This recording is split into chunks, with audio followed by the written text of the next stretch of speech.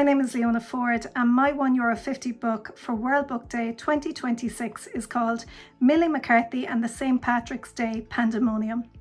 So what would I like to read more of? Well, I love books that have lots of emotions, whether they make me laugh or make me cry.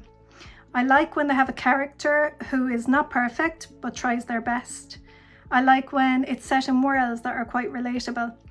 And I was thinking about what I liked to read when I was growing up, and we have such amazing Irish authors in our country. I was thinking I'd like to read some more like this. I still have some of the books from when I was a kid. So this is Marisha Kandla McKenna's Wildflower Girl. It was one of my favorites.